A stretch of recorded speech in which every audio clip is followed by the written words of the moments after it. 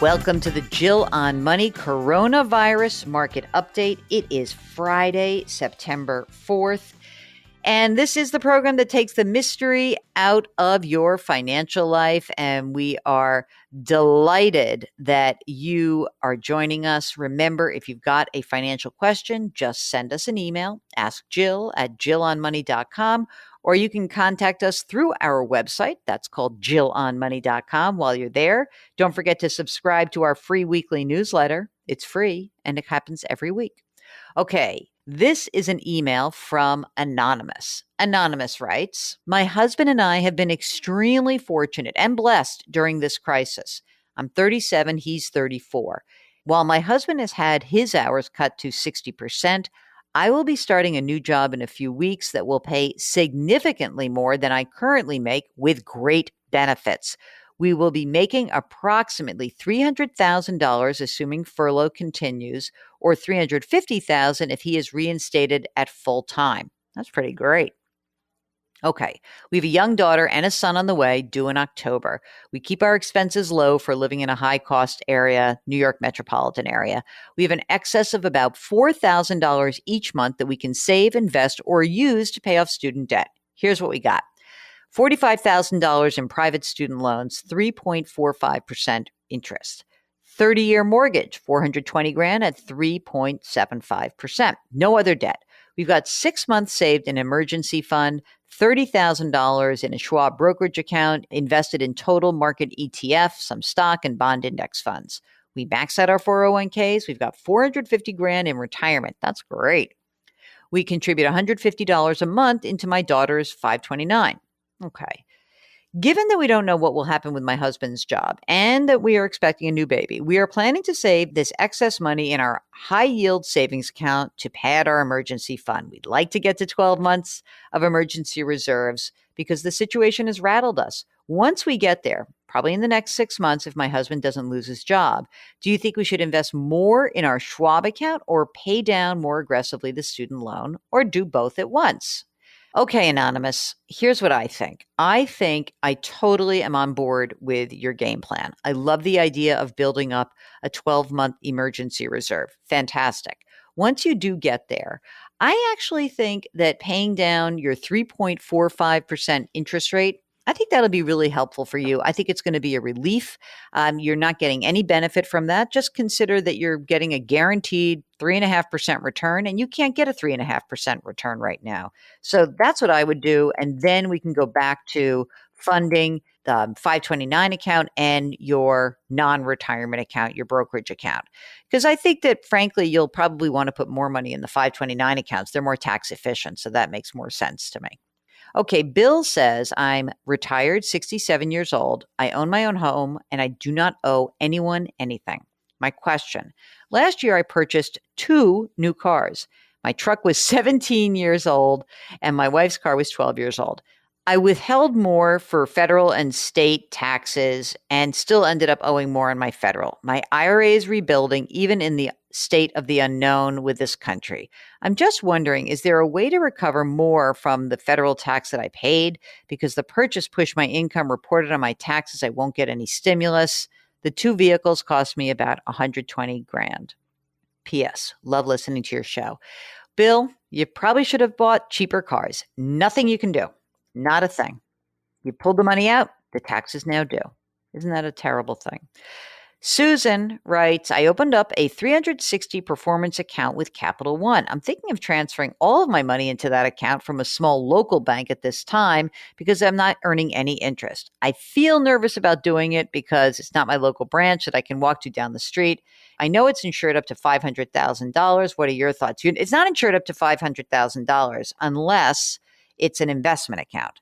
So if you have investments in that account and it's covered by SIPC, Securities Investor Protection Corporation, then it is covered up to 500. But remember that the money market or cash portion is only up to 250,000.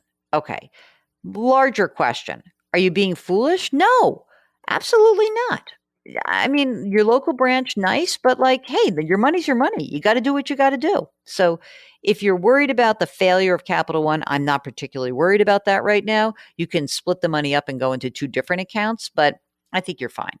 Okay, this is from Christine, who says, my husband and I love to listen to your show on Cairo. That's right, Cairo in Seattle. I'm 44, husband is 54. Our home is worth $410,000. Our monthly payment is 812 bucks a month. We've got credit scores in the 700s. Mortgage balance is $73,000 on a 30-year, plus a home equity loan of $90,000 totals $163,000 of outstanding debt. We're both full-time employees with total after-tax income of about $5,000 a month. We have little or no credit card debt, but we do owe a federal student loan of $26,000.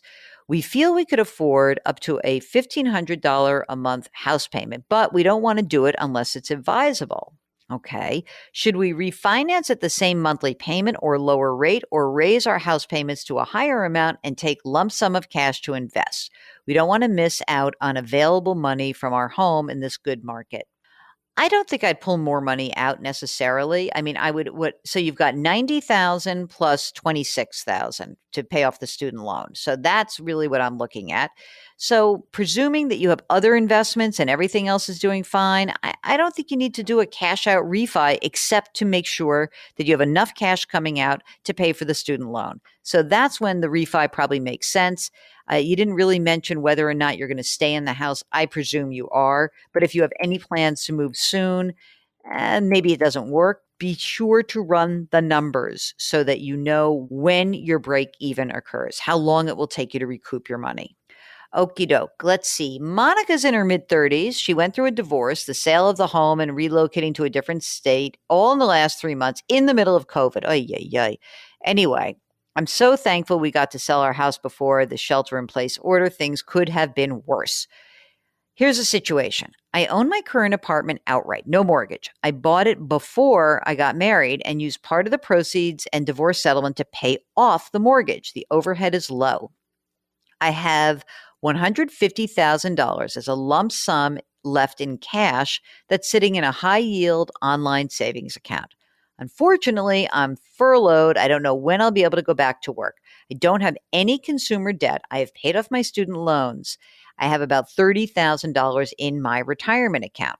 I feel like I'm so much luckier than a lot of people in this challenging time, but I want to make the most out of the small nest egg I have right now. What is your advice on how to use the lump sum?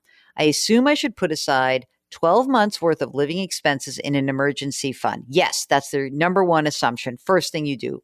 What else can I do?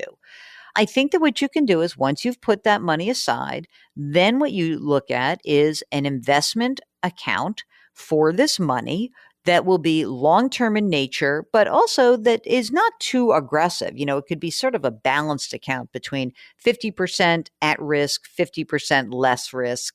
I would use index funds. If you are not an experienced investor, you may want to try one of these hybrid services where you have a robo-advisor with some advice, or you can just go straight up robo at an online investing platform. But if you know what you're doing, you could just open up an account anywhere, T. Rowe Price, Vanguard, Schwab, Fidelity, TD Ameritrade, wherever, and you can put that money to work. If you're nervous about putting it to work and the markets are gyrating a lot, then you can do dollar cost averaging.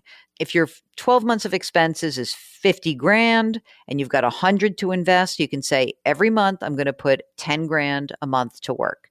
But do go through the risk assessment, do go through the different platforms, see which ones you like, and then you can make a decision. All right. That's it. Another show, a Friday ahead of you, and then the long weekend. So I hope that you all are looking forward to that. We have a fantastic interview this weekend. So it's going to run tomorrow and Sunday and Monday. It is the CEO of TIAA, Roger Ferguson. It's going to be fantastic. I love this guy. So check it out. Your feed will be brimming with content this weekend. Don't forget to wash your hands, to wear your masks, to maintain your physical distancing, to lift somebody up, to do something nice for somebody else. I want to thank you all for listening. Our music is composed by Joel Goodman. Mark Talercio is our fantastic executive producer, webmaster, and a million other jobs he has. We're distributed by Cadence 13. We'll talk to you tomorrow.